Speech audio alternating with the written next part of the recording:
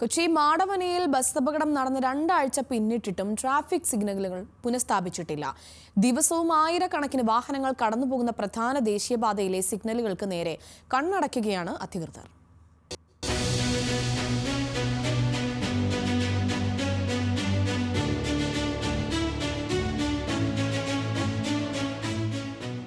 June 23-നാണ് Kallada bus Kochi മാടവനയിലെ traffic സിഗ്നലിലേക്ക് നിയന്ത്രണം വിട്ടിടിച്ചു കയറിയത്. ഒരാൾ മരിക്കുകയും നിരവധി പേർ പരിക്കേൽക്കുകയും ചെയ്തു. എന്നാൽ അപകടം നടന്ന് 2 ആഴ്ച പിന്നിട്ടിട്ടും ട്രാഫിക് സിഗ്നലുകൾ പുനഃസ്ഥാപിച്ചിട്ടില്ല. അപകടത്തിന് പിന്നാലെ തകർന്ന സിഗ്നൽ പോസ്റ്റുകൾ പോലീസ് നീക്കം ചെയ്തതല്ലാതെ തുടർ നടപടികൾ ഒന്നും ഉണ്ടായില്ല. ബസ് അപകടത്തിന് ശേഷം ഇരുചക്ര വാഹന അപകടങ്ങളും ഇവിടെ ഉണ്ടായി. സിഗ്നലുകൾ പുനഃസ്ഥാപിക്കണമെന്ന് ഡ്രൈവർമാരടക്കം ആവശ്യമുന്നയിച്ചെങ്കിലും ഫലമില്ല. അധികാരപ്പെട്ടവരാരേലും വന്ന് അതിന് എന്താണ് സംഭവങ്ങൾ, ഇതിനി എപ്പോൾ ചെയ്യാം എന്നുള്ള ഒരാൾ ഇതുവരെ ഒരു മറുപടി അതിന് തന്നിട്ടില്ല. ഇപ്പോൾ ഇതിനു മുമ്പ് പോയ ഒരു സിഗ്നൽ ഒരു 8 മാസം അടുത്തായി അത് സ്ഥാപിച്ചത്. ആ 8 മാസത്തോളം ഇവിടെ ആളുകൾ ദുരിതം അനുഭവിച്ചുകൊണ്ടിരുന്നതാണ്.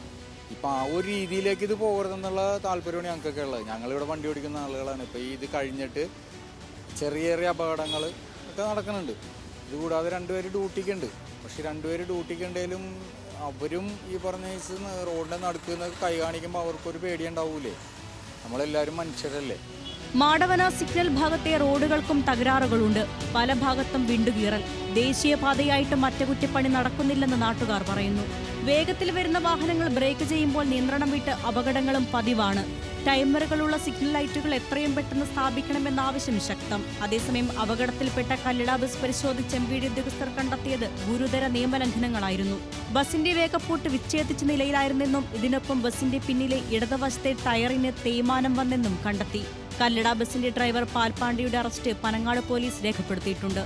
സംഭവത്തിൽ പോലീസ് അന്വേഷണം നടന്നുവരികയാണ്. ദിവസവും ആയിരക്കണക്കിന് വാഹനങ്ങൾ കടന്നുപോകുന്ന പ്രധാന ദേശീയപാതയാണിത്. ഇനിയൊരു അപകടത്തിനായി അധികാരികൾ കാത്തിരിക്കുകയാണോ? എത്രയും പെട്ടെന്ന് സിഗ്നൽ ലൈറ്റുകൾ പുനഃസ്ഥാപിക്കേണ്ടതുണ്ട്. ക്യാമറമാൻ ടിബിൻ ടോമിനോടൊപ്പം കെബിൻ കെന്നഡി, ന്യൂസ് മലയാളം, കൊച്ചി.